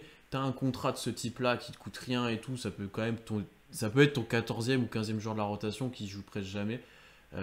Donc c'est pas scandaleux. Non, mais Euh, c'est pas dans le futur pour mais moi. oui, non, mais en fait, c'est pour ça que je l'ai. C'est parce que son contrat te permet c'est un contrat positif en fait, tu vois. Et tu sais pas jusqu'où il peut aller. Lui aussi, tu peux prendre du temps parce qu'il est jeune. C'est un joueur qui va peut-être mettre des années à avoir un peu de basket, etc. C'est pour ça que je l'ai là. Moi, pas que je veux le voir jouer, loin de là. Parce que ça ira, quoi. Non, non, mais alors, et je tape sur Moses Brown, parce que je vois plein de gens, probablement des gens qui regardent pas le Thunder, hein, qui regardent juste la ligne de stats le matin au Ah réveil, bah, s'extasier sur Moses Brown. après le 20-20, c'était incroyable, quoi. C'était. Non, mais le 20-20 encore, je peux voir, parce Ouais, que non, pour le mais en coup, fait, il a un vrai impact. t'avais une hype et t'avais un truc qui est monté, et puis le match d'après, tu regardais, tu disais, ouais, non, en fait, non, quoi. Enfin, Bah, il a signé son contrat après. ouais. Par rapport à Brown, alors je remercie Salouche pour les compliments, c'est très gentil. Par rapport à Brown, est-ce que Constant, tu préfères jouer avec Robbie ou avec Brown? C'est la peste ou le choléra pour. Je Sans- préfère je préfère arrêter de regarder du basket. Et Giulianinos qui nous dit quand il attrape la balle sous le cercle, il est obligé de poser la balle au sol. C'est une connerie pour un pivot de sa taille, non. Faut voir comment il est servi en fait. Parce qu'il a quand même peu de situations, j'ai envie de dire à la Boban, où on lui donne la balle en l'air, il a les bras en l'air. Et il dunk juste en fait. Souvent il a l'air un peu à attraper la balle, mais ça encore une fois, s'il faut du basket pour ça, il faut après les joueurs aussi pour servir. Donc je le trouve pas scandaleux là-dessus. Puis après en fait, une fois qu'il arrive à se rapprocher du cercle, après il est quand même dur à arrêter s'il peut dunker. Donc ouais, après il peut être plus efficace, c'est qu'il a pas de toucher quoi. Enfin, Non, il a pas de toucher. il aurait un toucher Regardez en fait, il pourrait faire des petits hooks et ça l'aiderait quoi. Non, mais regardez les grands pivots dominants. Mm. On va prendre un exemple. Attention, hein, je ne Oula. compare pas les joueurs. On va prendre un exemple. Shaq, il dunkait. Il faisait quasiment que ça. Mais par contre, il avait du toucher près du cercle. Il était capable de te foutre un petit hook, etc. Là où Moses Brown, s'il était capable d'avoir le hook qu'a Tony Bradley, le Mm. toucher qu'a près du cercle Tony Bradley, Mm. là, il serait un joueur intéressant en Mm, attaque. mm, mm. Mais il n'a pas la dominance physique qu'a Mitchell Robinson, par exemple, pour peser en attaque. Parce que je trouve que quand tu dunks, Mitchell Robinson est plus important en attaque que... Déjà parce qu'il s'est posé des écrans, ce que Moses Brown a Ouais, et difficilement puis du mal à faire. t'as une verticalité et, au cercle et voilà qui est intéressante quoi. Donc voilà. Et puis en défense, les deux, c'est même pas comparable. Mais non, je trouve qu'en attaque, en fait, il sert pas à grand-chose, parce qu'il s'est pas roulé. Donc du coup, tu parlais du fait qu'il était pas très bien servi. Boban, il s'est roulé, hein. Mm. Mais si Moses Brown il est servi dans des situations compliquées, c'est peut-être parce que lui est pas capable de se rendre libre aussi au moment où il fait le pick and roll. Ouais. Et là, je Donc vois pas mal la voilà. fanbase US et hype sur Moses etc. Les gars, honnêtement, même Même en nous, France, hein. même en France, hein, là un peu moins parce que bon, les matchs sont catastrophiques, mais là il y a un moment où, enfin, on parlait de chaque, hein, vraiment. Bon là, vous êtes l'élite, forcément, vous avez compris. Non mais là, vous avez l'un des pivots, enfin l'un des joueurs avec Wilt les plus dominants de l'histoire. Mais non, mais c'est vrai. Mais ouais, mais comme c'est marqué dans le chat, je pense qu'on a vu la même vidéo. J'arrive pas à voir ton pseudo, mais je pense qu'on a vu la même vidéo. C'était Moses Brown est-il le futur freak du Thunder? Et quand j'ai vu ça, j'ai fait mais pardon, mais calmez-vous en fait. Ces Américains, ils voient un mec athlétique qui sait pas shooter, ils se disent oh lui c'est un vrai freak. Non, Mais non. comment il peut arriver en G-League? Bah, cadeau physique, il a archi dominé la G-League qui était beaucoup plus facile pour lui en termes de déplacement, en termes de domination. Donc du coup, tu lui donnes sa chance, en fait. Quand tu tournes en 15-15 sur 20 matchs de G-League ou je sais plus Il était combien. dans une all defensive, on rappelle. Il était dans la All G-League Team, je pense d'ailleurs, hein, si je me trompe Oui. pas. Donc c'était Ouais, vraiment ouais. un top joueur de G-League, donc c'est normal Mais en c'est fait pour qu'il ça ait que sa j'ai chance. c'est pour ça que j'ai dit que son futur était en CBA, parce qu'en CBA, t'as pas besoin. Même en Europe, pour moi, il a pas de futur, parce qu'en Europe, t'es obligé d'avoir du QI basket. Mm. Je pense que il a vraiment un physique de freak qui cartonnera en CBA parce qu'il sera tellement dominant physiquement qu'il arrivera à marquer. Mais en dehors de ça, Ouais, en NBA, face à des joueurs qui sont aussi, voire plus physiques que lui, je vois pas l'intérêt. et oui, effectivement, il sort du ciel aussi. Donc, mais effectivement, sa taille, avec quand même, il est quand même un peu capable de courir aussi. Il est quand même énergique. C'est quand même, tu vois, il y a des cadeaux de la nature que tu as envie de développer en fait. Je me mets à la place des coachs qui l'ont drafté ou qui l'ont pris à la fac. Je peux comprendre. Bah parce que c'est ce genre de joueurs, comme on a drafté ces dernières années, c'est le genre de joueurs qui sont des cadeaux de la nature. Et tu Mm. te dis, si j'arrive à en faire un joueur de basket, ça peut donner quelque chose. Mm. Sauf que tu arrives très rarement à en faire des joueurs de basket. Bon, assez parlé de Moses Brown. On va finir avec le dernier joueur, je crois qu'on avait en attente tous les deux, c'est Svi. Oui. Je suis plus fan de toi que du profil, je pense, mais je suis quand même encore dans l'attente de voir un petit peu plus de lui. Première chose, c'est que je trouve qu'il n'est pas spécialement avantagé par le fait de jouer sans personne autour de lui. Parce que sa qualité première, c'est du spot-up, et quand t'as personne pour créer, quand c'est mauvais autour de toi, c'est un peu plus compliqué. Donc je le trouve un peu en désavantage. Par contre, ça nous permet de voir un petit peu plus de lui que son tir, ça nous permet de le voir un peu plus balle en main sur des drives. Il y a ce match contre Toronto, il fait basculer le match complètement dans le quatrième quart-temps, là, où il met des Oui. tirs monstrueux. Défensivement, je le trouve cohérent dans l'énergie, etc. J'attends d'en voir plus, et je sais le principal défaut que tu avais trouvé, c'est un peu de constance niveau tir qui pour l'instant n'est pas complètement là. On passe un peu de tout au tout, et c'est un peu le défaut. Après, sa sélection, il prend des tirs compliqués, hein. Là, pour le coup, il pourrait. Mais il se prend pour Klay Ouais, Thompson, ouais. faut arrêter. Mais ça se voit, dans ces décalages là, dans les feintes qu'il fait là, mais il se prend vraiment pour Klay Thompson. Après, il y a quand Je même vois. une très belle fluidité. Il y a deux trois moves qu'il a sortis. Je pense à un en pick and roll. Après, il enchaîne dribble dans le dos. Il fait un sidestep. Tu te dis, il y a peu de joueurs capables de faire ça. Par contre, il faut que ça soit un peu plus régulier. Je vois ce que tu veux, ce que tu as comme limite de lui, effectivement. Et c'est pour ça que je le mets en attente. Ouais. C'est que moi, je suis prêt pour l'avoir encore une année de plus. Par contre, si l'année prochaine, monsieur continue à toujours pas rentrer ses tirs, tu dégages. Parce qu'en défense, il pèsera pas. Parce qu'en fait, il n'existe là où Ty Jerome est capable de créer, Svi n'existe que par son tir en fait. T'es dur en défense, je le trouve. Non, mais il va pas te. Ah, il va pas Ty changer Jerome ta non plus, il va défense. pas te Ouais, changer. non, ça, je suis d'accord. Oui, ça, je suis d'accord. Au mieux, il est average Bon, je pense qu'il l'est en déjà. Je défense. pense qu'il est déjà. Ouais, alors, s'il est average, il Oui. sera pas Ouais. au-dessus d'average.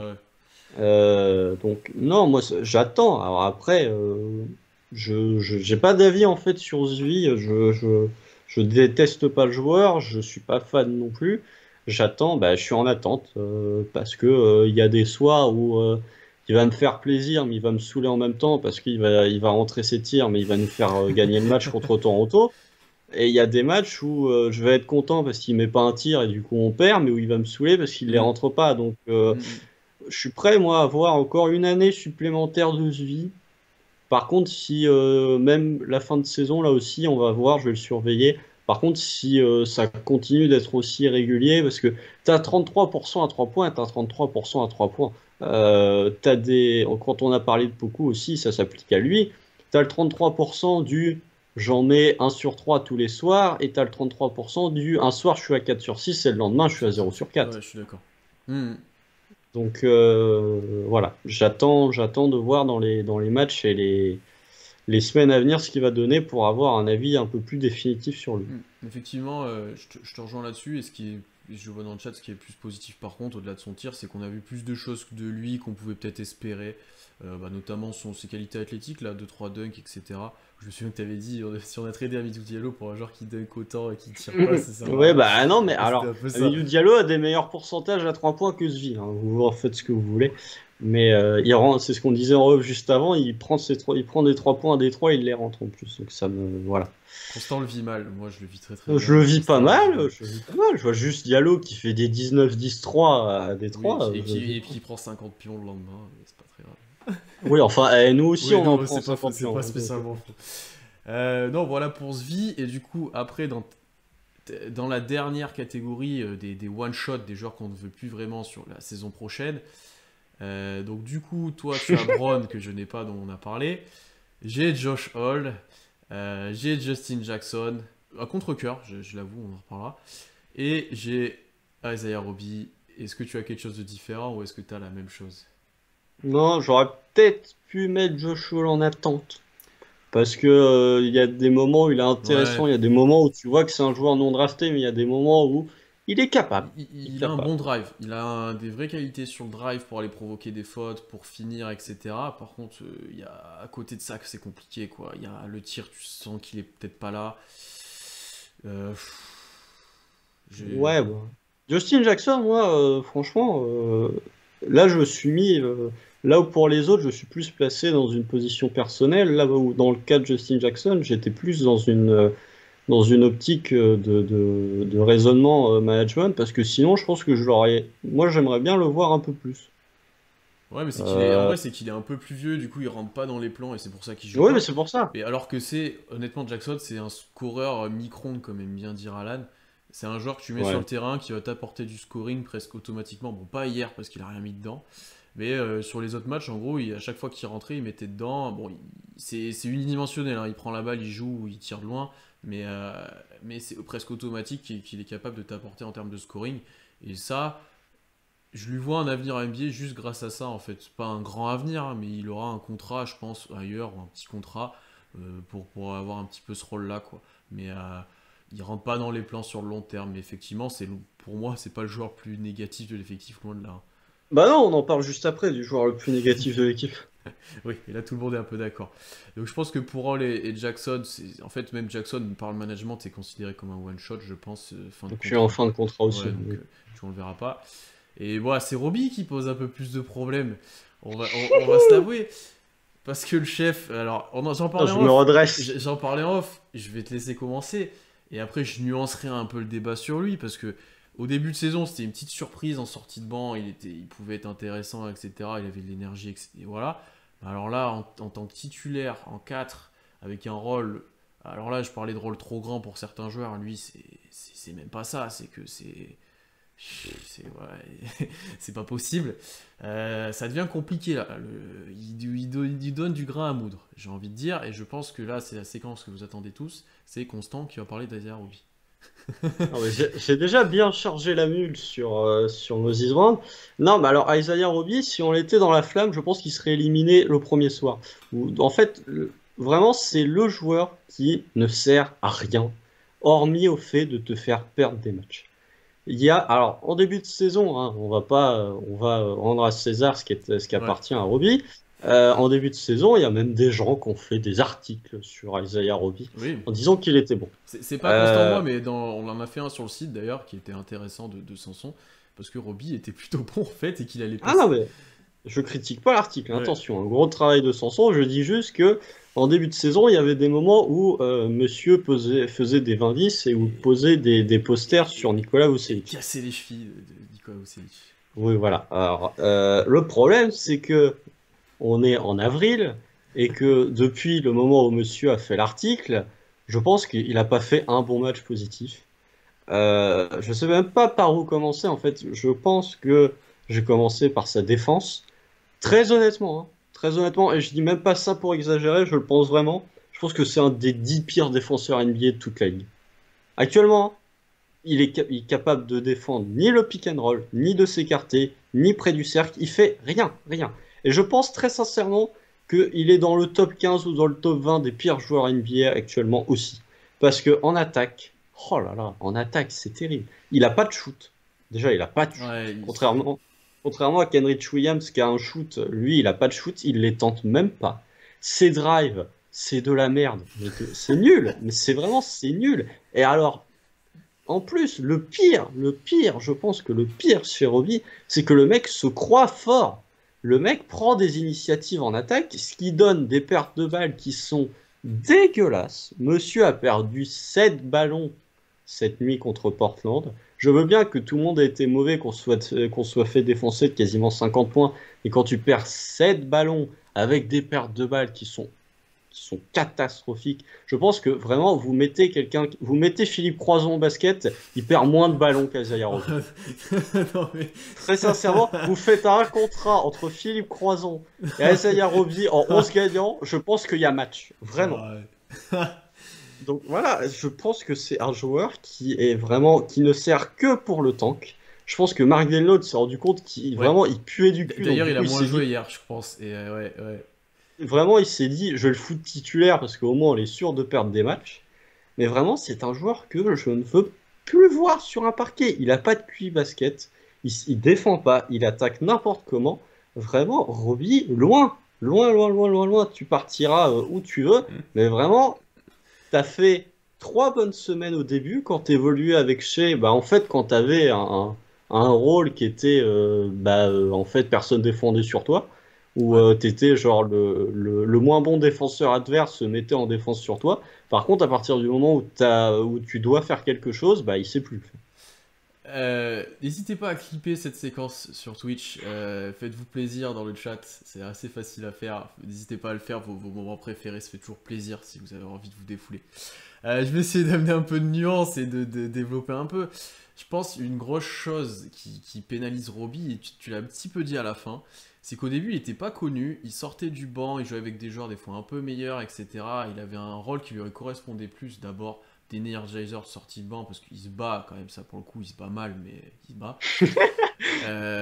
Le truc que moi, qui se voit, et ça s'est vu vraiment contre Portland là, c'est qu'il est scouté maintenant et que là c'est fini, en fait il peut plus faire ce qu'il veut. C'est-à-dire que même nous, quand on était surpris que des fois il faisait un drive plutôt bien, il finissait bien, ou il prenait la balle au rebond, il remontait le terrain et tout. Maintenant, ça on a compris que ça passait plus et qu'en gros maintenant à chaque fois qu'il drive, les gens le défendent à 2 mètres parce qu'ils savent qu'il va plus tirer alors qu'il a un brin de tir et limite ça serait la solution. Et il le prend pas. Il le prend pas. Et maintenant ils savent qu'il drive à chaque fois parce que comme tu l'as dit, ce qui fait qu'il est vraiment négatif, c'est qu'en fait il tente à chaque fois. Parce qu'il tenterait moins, il le serait un peu moins négatif parce qu'on le verrait moins. Là il tente à chaque fois qu'il a la balle, il va essayer de driver. Et comme les gars sont scoutés maintenant, ils défendent à 2 mètres et dès qu'ils dribblent, ils vont essayer de lui prendre la balle sur le dribble. Ah oui. Et là, du coup, c'est ce qui s'est passé contre Portland. Et la moitié de ses pertes de balles, c'est sur dribble. Parce qu'il va se faire taper la balle, etc. Parce qu'il n'a pas le dribble suffisant pour le faire. Donc Et en puis fait, parce qu'il sait pas protéger son ballon non plus. voilà. Donc en fait, sur le scouting et l'évolution de son rôle, la fonce qu'il est maintenant, et qu'on est sur un joueur qui, comme tu l'as dit, est très très très négatif. Et comme tout le monde l'a dit, c'est vraiment bien le tank. Ouais, on a plus envie de voir parce que c'est déjà un profil très atypique. Qui peut pas jouer 5 parce qu'il a pas l'impact physique, il peut pas défendre. 4, ça devient compliqué parce qu'il tire pas. Bon, certes, il peut driver, il fait que ça d'ailleurs, plus ou moins bien, mais voilà, ça devient compliqué. C'est. Ouais, je sais pas grand chose à rajouter. T'as été très dur et très taillant avec lui, mais il y a du vrai dans ce que tu dis. Tu peux pas. C'est dur d'en attendre de lui. Je pense qu'en fait, il est tombé dans un truc où c'est too much, où il veut trop driver, trop se montrer, comme tu as dit, peut-être qu'il se croit trop fort, ou on lui a laissé trop de choses. Du coup, ça devient compliqué. Le seul bon passage récemment de Robbie, je me souviens, c'est parce que j'ai fait le live tweet, c'est contre Toronto, sa deuxième mi-temps, notamment son troisième quart-temps. D'ailleurs, il est pas loin des tomes du match, il prend pas feu, je crois, où il y a Brown pas loin, enfin voilà. Où là, d'un coup, il a mis un ou deux tirs, ou il en a pris un ou deux, ça sort un peu plus, il drive, il arrive à faire des passes, etc. C'est le seul bon passage récent de bien lui que je me souviens. Parce qu'il était un peu plus cohérent dans ses choix, un peu plus efficace. Le reste, comme hier ou comme contre Phoenix, tu peux pas parier sur un joueur comme ça. Et vous avez remarqué dans le chat, hein, le bon passage de Robbie en 4 semaines, c'est 24 minutes. Là, je vois dans le chat, il y a Paul Thomas 63 qui nous dit toute l'équipe était à moins 40 cette nuit. Je suis pas d'accord. C'est le 5 majeur qui se fait défoncer, mais tu regardes le reste. Ouais, puis Kenrich Williams fait une bonne perf, Tony Bradley aussi, Ty Jerome est intéressant. C'est le banc, hein, vous avez checké les plus-minus. Coucou, t'as des trucs à retirer de sa performance. Dans la passe, on en a parlé tout à l'heure. Lui, t'as rien. Non. Oui, tu n'as rien. Tu as ces pertes de balles. Et vraiment, tu as parlé du fait qu'il a été scouté. Il y a plein d'actions où il se retrouve à 3 points quasiment ouverts.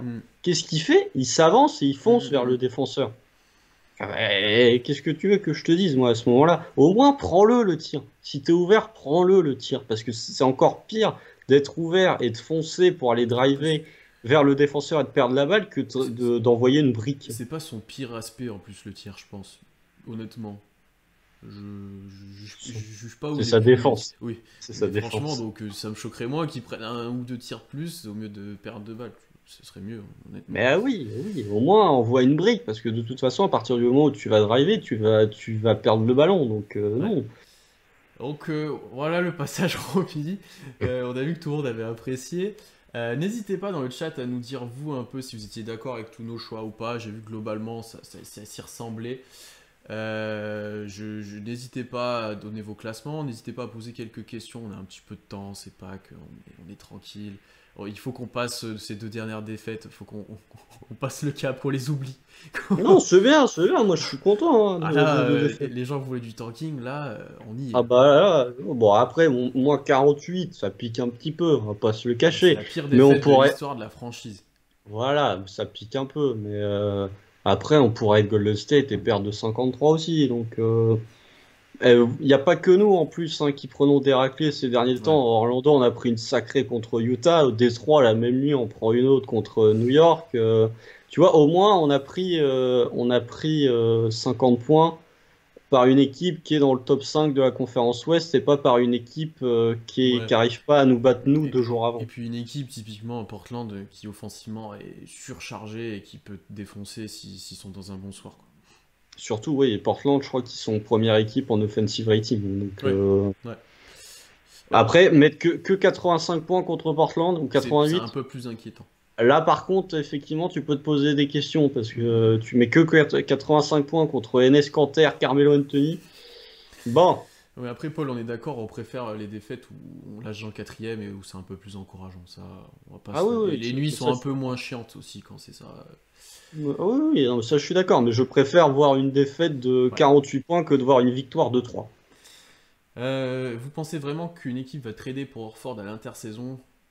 Oui. Oui, parce que là, c'est acté en fait qu'il va partir. Alors, la contrepartie, on a déjà dit, je sais plus dans quel podcast ou live, sera pas Je folle. crois que c'était le dernier, hein. Ouais. Bah oui, oui, parce qu'on a parlé de quand il jouerait plus. Donc, ça sera pas fou, mais il y aura un truc. Il y aura un truc parce que un buyout, comme on le voit ensuite, non, ça paraît peu probable vu le contrat qu'il a en fait. Non, non, et puis dédicace à Celtics FR qui tweet des trucs en disant Horford il a du temps se retraiter, quand ils vont le récupérer l'année prochaine, il fera moins le malin. Mais non, non, non, je pense qu'il y a une équipe qui sera capable de trader pour Horford. Peut-être pas à l'intersaison, mais je pense que si on refait le même podcast dans un an, Il tout sera pile, plus, alors Horford il est il plus là. sera plus là, ouais, non, non, il sera plus là. Euh, on revient toujours à la même question, mais est-ce qu'on s'y prend pas trop tard pour le tanking? J'ai l'impression que même le top 6 c'est compliqué. Je suis pas d'accord. Ouais, on n'est pas aidé là par les autres équipes du bas de la ligue, on va être honnête, hein. Euh, Washington! c'est en train de vraiment, il est en train de vraiment avoir un creux dans chaque conférence. Déjà, Houston, Minnesota, cherchez pas, c'est acté. Détroit aussi, hein. Détroit aussi. Détroit et Orlando aussi. Ouais, je pense qu'à l'ouest, on va être troisième dernier.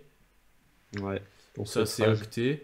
Par contre, Parce c'est à qu'en plus, l'est. ça se bat pour le play-in, donc C'est à l'est, c'est compliqué. Voilà, Washington galère toujours autant et Billy absent. Là, Shimura n'a pas joué hier, si je me trompe pas. C'est compliqué. Toronto va nous repasser devant, je pense.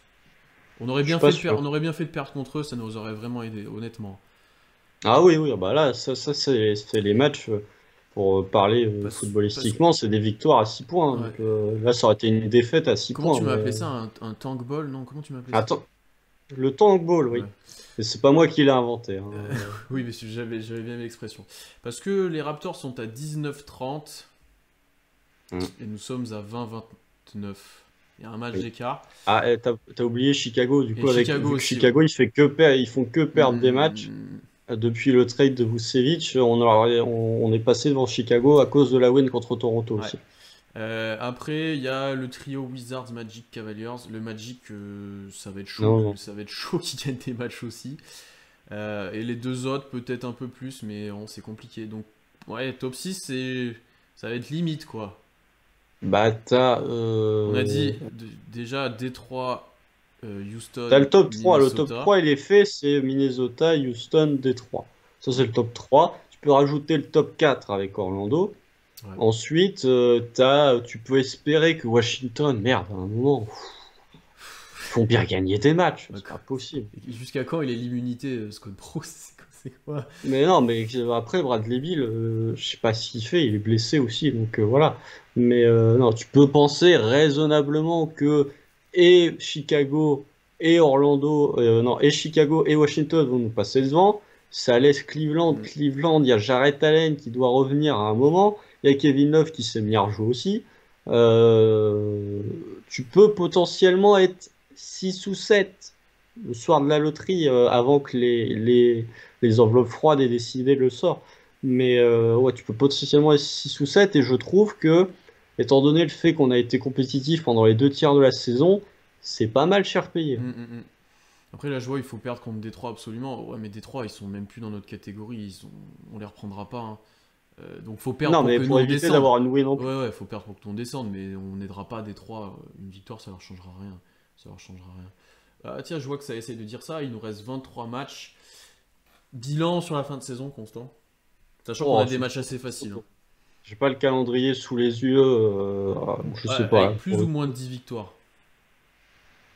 Sur Sur... les 23 matchs? Ouais. Oh non, non, moi. Plus ou moins de 7. Je pense qu'on sera aux alentours entre 25 et 33% de win. Entre 25 et 33% de En gros, t'en 23 gagnes matchs. entre 1 sur 3 et 1 sur 4. Du coup, 7 fois 3, 21. Donc ouais, 7. on gagnera entre 5 et 8 matchs max. Peut-être. Peut-être. Ne refaites pas jouer chez Baisley, etc. S'il vous plaît. Non, surtout pas chez. Ouais, surtout pas. Non, vraiment. Là. Non, là, non, non, non, non, surtout pas chez. Le reste, ça va encore. hum, Mais hum. chez, il est trop, trop, trop Et fort. perdons contre les concurrents directs, s'il vous plaît. Donc contre Washington, etc. euh, Donnez les matchs, même s'il faut. Enfin. Ouais, bah on peut faire 0 sur 23 comme c'est mis dans le chat. On sera toujours au-dessus des prévisions de début de Tu, tu- saison de la plupart des gens. tu Donc. vas voir que contre Washington, Moses Brown, il va mettre un 20-20. Tu vois. Ouais, mais non, mais même contre Détroit. Après, Détroit, vu la tronche de notre effectif, je pense qu'ils partent favoris, hein. S'il y a tout le monde. Ouais. Donc voilà. Mais ouais, ouais, faudrait. Si on finit à. L'idéal, c'est que tu termines à. Ouais, comme c'est dit dans le chat, tu termines à 25 wins. Hum. 25 wins, c'est pas mal. Toi, ton idéal pour Détroit, de toute façon, c'est que Diallo en mette 50 contre nous et que Détroit gagne, quoi. Que Diallo en mette 35, que Mason Plumlee tourne en triple-double, ce qu'il a déjà fait cette saison. Ouais, ouais, non, mais je pense que là, c'est le Tank Ball épisode 2, là, le match contre Détroit. Mais non, je pense que si notre effectif reste le même sur le papier, je pense que Détroit est favori. Je regarde vite fait tant qu'à-t-on. On a le 15e calendrier le plus dur qui reste. On joue 2 fois le Jazz, 2 fois les Sixers, Phoenix, Clippers. Et on joue par contre 2 fois Détroit, 2 fois Washington, Cleveland, les Raptors encore une fois. Ouais, mais même Détroit, normalement, ils sont au-dessus. Enfin, même Washington, Ouais. théoriquement, ils sont meilleurs que nous. Washington a le 27e calendrier le plus dur. Oui, Si mais c'est une eux, ils motif perdent contre d'espoir. Détroit aussi, on Ouais, cherche. voilà, s'ils prennent 30 contre Détroit. Si c'est un motif Donc voilà. d'espoir. Ok, bon, là-dessus, on a passé pas mal de temps au final. Alors, Donc, j'ai vu, si tu es encore présent dans le chat, je crois que c'est Valentin. Valentin, je ne sais plus quoi, qui nous a dit qu'on n'était pas assez réaliste, sur visiblement, Orford. concernant Hmm. Alorford. Si tu es encore présent dans le chat, je veux bien avoir ton avis. Parce que c'est pas parce qu'on dit quelque chose qu'on a forcément raison. Donc, si tu es encore là, Je je veux pense bien. qu'il misait sur un buyout en fait. Non, alors ça, par contre, c'est toi qui n'es pas assez réaliste, parce que le buyout, il arrivera pas. Ou s'il arrive, ce sera l'année prochaine. Mais ouais, si tu n'es pas d'accord, je veux bien ton avis. Parce qu'après, nous en contrepartie, on a dit justement pas grand chose. Mais quand on dit pas grand chose, Non, nous on c'est a dit que vraiment rien. c'était, on a dit que la valeur d'Orford était ni négative ni positive. Mais, Allez, on va prendre une dernière question, parce que justement on fait une bonne transition. Vous comptez avoir une discussion avec des writers américains, comme vous l'avez fait en début de saison? Oui, bien sûr, bien entendu. On est surtout sur le podcast, sur les lives, c'est trop compliqué d'avoir quelqu'un et c'est plus cool de parler avec vous, etc. Mais sur les podcasts, d'avoir des invités plus ou moins réputés, etc., américains ou pas, bien sûr que on y réfléchit presque constamment, j'ai envie de dire. On fait pas de grands tweets en majuscules, mais nos DM eux aussi sont actifs. Euh, ça taille, ça Non, ça taille. taille pas, mais enfin, ça m'a fait rire. Mais oui, nos DM sont actifs aussi. Et Ross Young, ouais, les gars, Ah bah alors déjà, Royce Lang, si vous considérez que Royce Young est encore un c'est plus insider un du Thunder, insider vous vous d'OKC. trompez. Donc. C'est plus. Non, mais après, par exemple, Eric Horn, je l'avais déjà eu à l'époque, qui est plus insider d'OKC maintenant, mais qui était à The Athletic OKC. Brandon Rabar, je pense qu'on pourrait avoir à peu près. Voilà, on peut Le bon vieux l'inviter. Brandon. Il est super cool en plus. Mais non, on essaye aussi de pas mal diversifier. Donc, non, vous inquiétez pas, c'est un projet, c'est un projet. Euh, Constant, ce fut un plaisir de parler avec toi et de t'entendre sur Isaiah Roby. J'espère que ça vous a plu. Donc, si vous êtes en replay, abonnez-vous partout au podcast We Are Thunder. C'est toujours un plaisir d'interagir avec vous, de commenter. Voilà, donc n'hésitez pas. On est sur Twitch, YouTube, sur toutes les plateformes d'écoute audio. On est partout. Donc, n'hésitez pas à lâcher le commentaire, à vous abonner sur Apple Podcast notamment. Et voilà, on se retrouve dès la semaine prochaine pour un podcast. On va voir de quoi on parle, je vous avoue. On verra quel invité on peut avoir notamment. Et voilà, on se retrouve très rapidement. Les nuits sont longues actuellement, n'hésitez pas à nous divertir pendant les matchs aussi, à dire 2-3 conneries sous nos tweets, ça peut être drôle. Parce que là, des fois, c'est un peu long. Ah, On a eu la réponse de Ah, Valentin. vas-y, je te laisse. Presti va travailler avec lui pour l'envoyer dans une équipe compétitive. Les équipes compétitives n'ont pas à lâcher 28 millions pour Orford 36 ans. Si tu veux, mais tout dépend déjà de ce que tu entends par équipe compétitive. Et tu as potentiellement des équipes qui sont en dessous d'être compétitives. Je pense notamment à une franchise du côté de Charlotte qui a quand même des petits besoins au poste 5, qui sont des équipes pas encore tout à fait compétitives et qui voient dans le fait que, alors Ford, je te dis pas qu'on va récupérer des assets de folie, mais qui voient peut-être dans le contrat d'Alor Ford, sachant que l'année d'après, son contrat est garanti qu'à 13 millions, de se dire on va peut-être le payer un peu cher, mais il peut nous faire du bien. Hmm. Typiquement, effectivement, tu fous alors Ford à Charlotte à la place de Bismack Biyombo ou de Cody Zeller, je pense que tu permets vraiment de franchir un step à Charlotte. Donc c'est peut-être des équipes qui... Il y a beaucoup d'équipes qui ont du cap aussi cet été, d'ailleurs, et l'été prochain encore plus. Donc, effectivement, on te dit pas que la contrepartie sera folle, je dis juste que tu as des équipes qui sont compétitives, mais peut-être pas assez, qui pourraient prendre le risque de récupérer à leur fort en se disant il vaut cher, mais il permettrait de franchir un step supplémentaire. Hmm. Le buyout, il viendra dans un dernier temps, si jamais il n'est pas tradé. Donc, Le buyout, c'est vraiment le dernier recours. hmm. Surtout pour une équipe compétitive, enfin pour une équipe en reconstruction, t'as pas envie d'avoir du dead cap dans ton truc. Donc, Ouais. Je réagis juste à certains trucs. Non, j'ai pas de compte à régler. C'est juste qu'on n'a pas tous la même façon de fonctionner. C'est juste ça. C'est juste un petit troll. Ensuite, je vois Ross Young. Non, on n'est plus insider d'OKC. Il a ESPN et il traite de plusieurs franchises. il fait des tweets de temps en temps sur le Oui, Thunder, il mais traite par exemple Portland aussi régulièrement. Euh, donc, euh, donc non, il est plus d'OKC. Et non, on commentera pas les matchs sur Twitch, surtout ceux en ce moment, parce qu'il y a personne qui regarde et il y aurait personne sur Twitch et je pense que ce serait pas très ah, bon, intéressant. on va faire la On loterie. fera la Et loterie, on franchement, fera la draft, mais on fera pas de match sur Twitch, sachant qu'en plus on peut si, pas le diffuser, donc si vous rigolez quand je critique Robbie ou Moses Brown, attendez-moi à lâcher des dingueries quand les Rockets se retrouveront avec le first pick, hein, clairement. Donc, et d'ailleurs, j'ai vu hein, aussi dédicace dans le chat, j'ai vu quelqu'un qui a mis Constant qui parle anglais, mon rêve. Sachez que mon accent est dégueulasse. Par contre, je suis en prépa option anglais, donc enfin vous spécialité pouvez... anglais. Donc, C'est si que vraiment vous voulez vous l'accent taper qui des va barres pas sur avec mon anglais, Constant. la syntaxe ça va. L'accent est dégueulasse, mais tout ce qui est syntaxe et grammaire ça va. Donc vraiment, vous pouvez rigoler sur l'accent effectivement. Je vous laisse le fait de bien vous moquer de mon accent. Grammaticalement, ça passe. Donc on se retrouve, ouais, je vois que ça hype tout le monde. On se retrouve à la loterie dans tous les cas. N'hésitez pas à venir avec nous, n'hésitez pas à partager partout et à bientôt. Salut tout le monde, c'était un plaisir, c'était du fun aujourd'hui, c'était vraiment fun. Allez, salut tout le monde. Salut!